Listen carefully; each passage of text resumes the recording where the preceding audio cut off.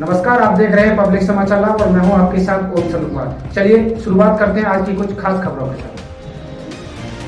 तो खबर सुल्तानपुर से, जहां श्री राम के आदर्शों और राम राज की संकल्पना को जन जन तक पहुंचाने के उद्देश्य से निकाली गई राम राज यात्रा का आज सुल्तानपुर में भव्य स्वागत हुआ। यह यात्रा सिग्रेश्वर से चलकर विभिन्न पड़ावों को पार करते हुए सुल्तानपुर पहुंची। यात्रा के सुल्तानपुर पहुंचने पर जिले के गणमान्य व्यक्तियों ने इसका उत्साहपूर्वक अभिनंदन किया। मुख्य रूप से डॉक्टर सुधाकर सिंह और मदन सिंह ने संयुक्त रूप से हरी झंडी दिखाकर यात्रा को आगे के लिए रवाना किया और रामराज की स्थापना के संकल्प को दोहराया। इस अवसर पर डॉक्टर सुधाकर सिंह ने अपने संबोधन में कहा कि यह यात्रा केवल धार्मिक नहीं बल्कि यह राम के न्याय, समानता और सुशासन के सिद्धांतों को याद दिलाने का एक प्रयास है। उन्होंने युवाओं से राम के आदेशों को अपने जीवन में उतारने का आह्वान किया। वहीं मदन सिंह ने कहा कि जिस प्रकार राम ने धर्म की स्थापना के लिए बुराई रावण का नाश किया, उसी प्रकार यह यात्रा समाज में व्याप्त कुरीतियों और अन्याय को समाप्त करने का संदेश देती है। उन्होंने जोर दिया कि रामराज का अर्थ है ऐसा समाज जहां हर नागरिक सुरक्षित और सुखी हो। यात्रा के दौरान जगह जगह श्रद्धालुओं ने पुष्प वर्षा कर इसका स्वागत किया और जय श्री राम के उद्घोष लगाए। इस यात्रा के माध्यम से रामचरितमानस के संदेशों और राम कथा का प्रचार किया जा रहा है। क्या कुछ कहना है मीडिया से बातचीत में लोगों का, आप सुनिए।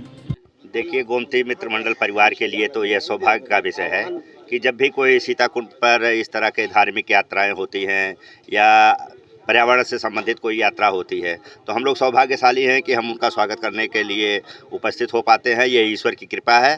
हम पूरे जनपद नहीं, पूरे प्रदेश हिंदुस्तान के लोगों से यह निवेदन करते हैं कि पर्यावरण बचाने के लिए जो भी आपसे हो पाता है वो करें।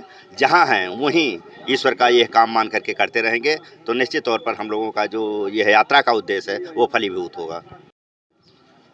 यात्रा का उद्देश्य डॉक्टर साहब ने भी बताया, उसको हम जोड़ते हुए बता रहे हैं। राम रज यात्रा रज की तरह राम रज की चर्चा पूरे देश में चले।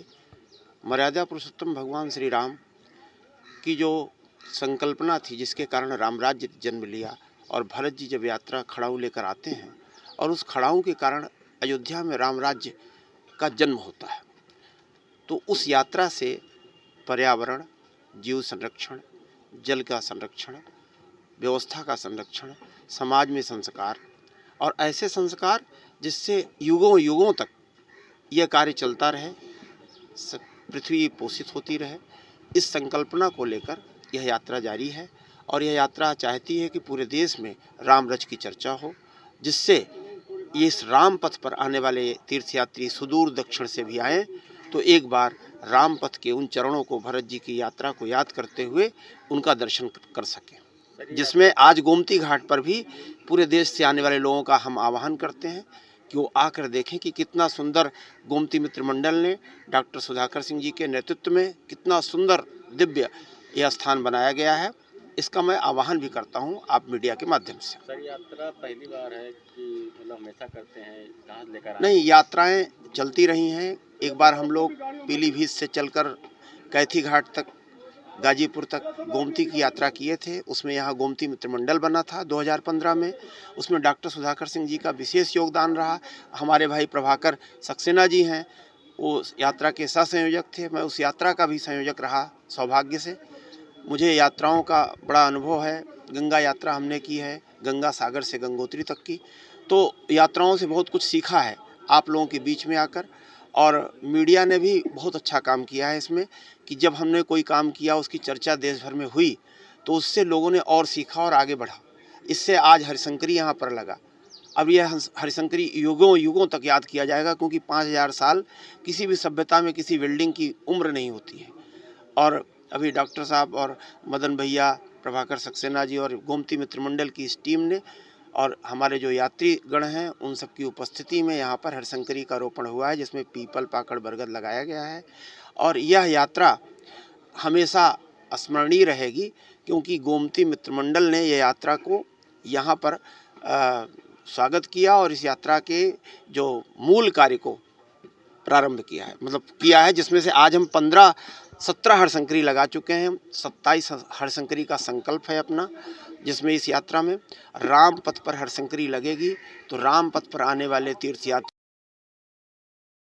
सीताकुंड धाम पे किस तरह की यात्रा आई थी जो आज आप लोग ने स्वागत किया है?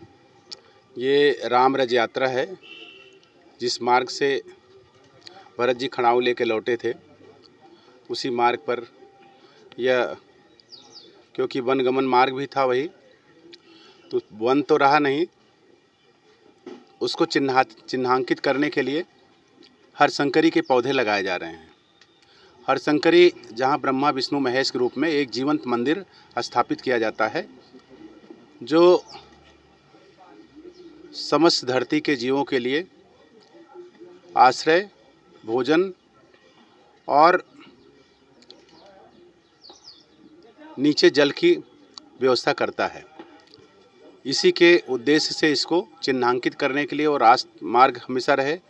दूसरे, इनकी उम्र जो होती, किसी भी मंदिर को बनाते हैं तो अगर बहुत बढ़िया बना तो 500 साल, नहीं तो 140 से 100 साल में सभी टूट जाते हैं, जीर्ण शीर्ण हो जाते हैं। ये ऐसा जीवंत मंदिर रहेगा जो अगले 1000 से 5000 सालों तक अपनी जगह पे कायम रहेगा और लोगों को परिचय कराएगा कि इस मार्ग से कभी भगवान राम गुजरे थे, कभी भरत जी उनकी चरण पादुका लेके लाए थे। इस उद्देश्य से ये यात्रा की जा रही है।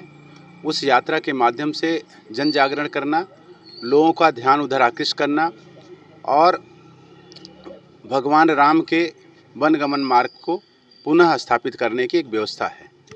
सर, किस तरह का संदेश दिया जा रहा है जो यात्रा निकल, क्या संदेश देना चाहते हैं? संदेश स्पष्ट है, धरती बची रहेगी तो जहाँ के जीव बचे रहेंगे, लोग बचे रहेंगे।